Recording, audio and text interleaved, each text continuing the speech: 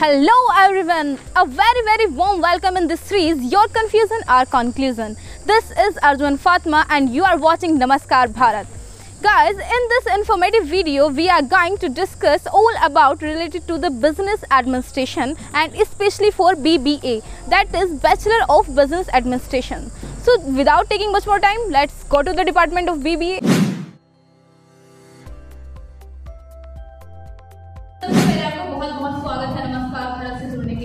Thank you Arjuman for giving me this opportunity to speak over here. So my first question is कि business administration क्या होता है, साथ ही इससे जुड़े कोर्सेज कौन-कौन से हैं? बेसिकली बिजनेस एडमिनिस्ट्रेशन से जो अंडर ग्रेजुएट कोर्स है वो BBA है और पोस्ट ग्रेजुएशन कोर्स इसका MBA है, जो कि बहुत ही पॉपुलर कोर्स हैं। इसके अलावा बहुत सारे और भी कोर्सेज हैं जो मैनेजमेंट से रिलेटेड हैं, जैसे बहुत सारी यूनिवर्सिटीज़ MBE कराती हैं, master of business economics, master of business finance, MBF कराते हैं। There are so many names given to such courses but all are highly related to management courses. Business administration का जो यूजी कोर्स है BBA, इसमें admission लेने के लिए eligibility criteria क्या है? जो हमारा एक 3 years professional under graduate course है जिसकी हम BBA की बात कर रहे हैं, उसमें जो हमारा श्री राम कॉलेज है वो वहाँ पर जो एलिजिबिलिटी क्राइटेरिया है उसमें परसेंटेज का क्राइटेरिया है वो 12th में जो जनरल OBC और माइनॉरिटी के जो स्टूडेंट्स हैं उनके लिए 45% मिनिमम होने चाहिए, और जो हमारा SC और ST कैटेगरी से स्टूडेंट आता है उसके लिए मिनिमम 40% उसके 12th में होने चाहिए। प्लस एक चीज़ और बतानी ज़रूरी है, 12th किसी भी स्ट्रीम में स्टूडेंट की हो वो BBA कर सकता है, कोई भी स्ट्रीम हो, चाहे वो कॉमर्स है, आर्ट्स है, साइंस है या और कोई भी स्ट्रीम है, तो वो सभी लोग BBA कर सकते हैं। This is the main thing to tell. क्या बिजनेस एडमिनिस्ट्रेशन में मास्टर्स करने के लिए भी बैचलर कोर्स भी बिजनेस एडमिनिस्ट्रेशन का ही होना कंपलसरी है या अदर स्टूडेंट भी एंटर कर सकते हैं? एक्चुअली यही एक अच्छी बात है इस कोर्स पे कि आप किसी भी स्ट्रीम से ग्रेजुएशन करते हैं, even you are BA, you are BCom, BSc in any other streams, आप केवल ग्रेजुएट हैं तो आप MBA कर सकते हैं। सर अगर बात करें करियर की, तो BBA करने के बाद करियर स्कोप क्या है? बहुत ही वास्ट स्कोप है। एक्चुअली स्कोप की बात करें तो जो मैनेजरियल रोल है वो हर इंडस्ट्री में है, हर सेक्टर में है, even in hospitals, in courts, everywhere, even in government jobs also आपको मैनेजरियल रोल्स मिलेंगे। और बेसिकली अगर कोर्स की बात की जाए, जो हमारे बिजनेस एडमिनिस्ट्रेशन के कोर्सेज़ हैं वो स्टूडेंट को तैयार ही करते हैं मैनेजरियल रोल्स के लिए, प्लस उनको वो तैयार करते हैं एंटरप्रेन्योरशिप के लिए। तो मुझे लगता है कि जितनी भी इंडस्ट्रीज़ हैं, चाहे वो ऑटोमोबाइल सेक्टर है, चाहे वो बैंकिंग सेक्टर है, चाहे वो आपका मीडिया है, इवन मीडिया है, या कोई भी आप सेक्टर का नाम लें, वहाँ पर मैनेजरियल रोल्स की आवश्यकता तो ज़रूर पड़ेगी।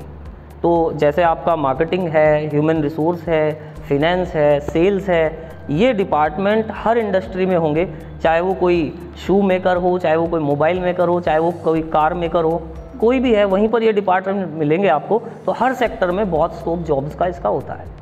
यूजुअली फीस एस्टिमेशन कितना होता है BBA कोर्स करने के लिए? फीस एक्चुअली बहुत वेरी करती है इसमें, college to college, city to city, location to location, बहुत वेरी करती है।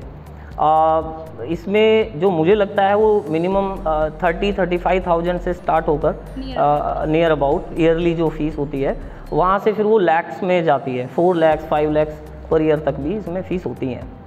आफ्टर BBA यूजुअली फ्रेशर की कितनी एस्टिमेट सैलरी हो सकती है? देखिए, पहले तो मैं ये बताना चाहूँगा आपको कि जो कोर्सेज हैं उनमें बहुत ज़्यादा स्किल डेवलपमेंट पे ध्यान दिया जाता है।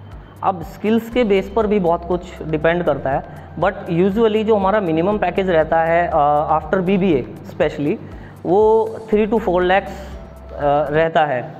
और अगर आप एग्जीक्यूटिव पोस्ट पर जाते हैं, जैसे मार्केटिंग एग्जीक्यूटिव, HR एग्जीक्यूटिव पे जाते हैं, लेकिन अगर आप मैनेजरियल पोस्ट पर जाते हैं तो 6 to 7 आपका मिनिमम पैकेज आपका होता है।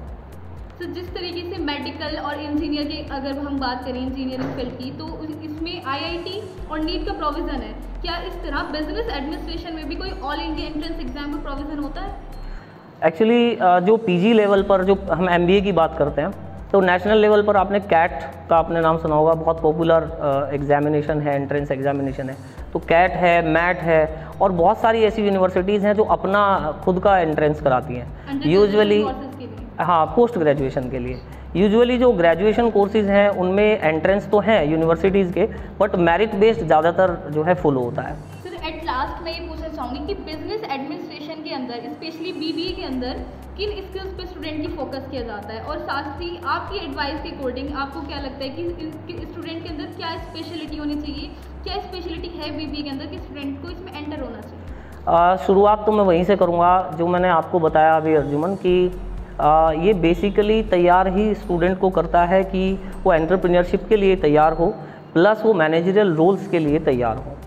अब उसके लिए दो तरह के जो बेसिक स्किल्स होते हैं, जिसमें एक हार्ड स्किल्स और सॉफ्ट स्किल्स होते हैं, वो डेवलप करने बहुत ज़रूरी होते हैं। और अगर हम BBA की बात करें, जो हमारा Shri Ram group of colleges है जो यूनिवर्सिटी का करिकुलम फॉलो करता है, उसमें अभी कुछ चेंजेस हुए और न्यू एजुकेशन पॉलिसी भी आ रही हैं, कुछ चीज़ें और भी चेंज होंगी आने वाले समय में, वो बिल्कुल मार्केट की डिमांड के अकॉर्डिंग हो रही हैं। तो जैसे मैंने जिक्र किया हार्ड स्किल्स और सॉफ्ट स्किल्स का, तो सॉफ्ट स्किल्स का अभी एक अलग से कोर्स ऐड किया है, हमारे करिकुलम में ऐड कर दिया है BBA में, तो that is a very good thing. First year में ही वो ऐड कर दिया है। सेकेंड ईयर में जो आपके कंप्यूटर ओरिएंटेड प्रैक्टिकल और वाइवा हैं उनको भी ऐड कर दिया है। तो these are basically hard skills. तो आपको जॉब चाहिए तो आपको अपने हार्ड स्किल्स और सॉफ्ट स्किल्स को डेवलप करना होगा, जो कि BBA के अंदर बखूबी डेवलप किया जाता है स्टूडेंट्स के अंदर, जो उनको प्लेसमेंट्स में भी हेल्प करता है। बहुत बहुत शुक्रिया सर हमारे साथ जुड़ने के लिए। Thank you so much. Myself Garima Chaudhary. I am the faculty of Business Administration and I am teaching the students of first year business environment. Target क्या होता है जिसको हमने कैप्चर किया है, जो हमारे पास जो ये क्योंकि हमने जब हम रोल लगा कि नहीं लगा आपको कोरोना के टाइम में, क्या रोल प्ले किया है कंप्यूटर ने आपकी लाइफ?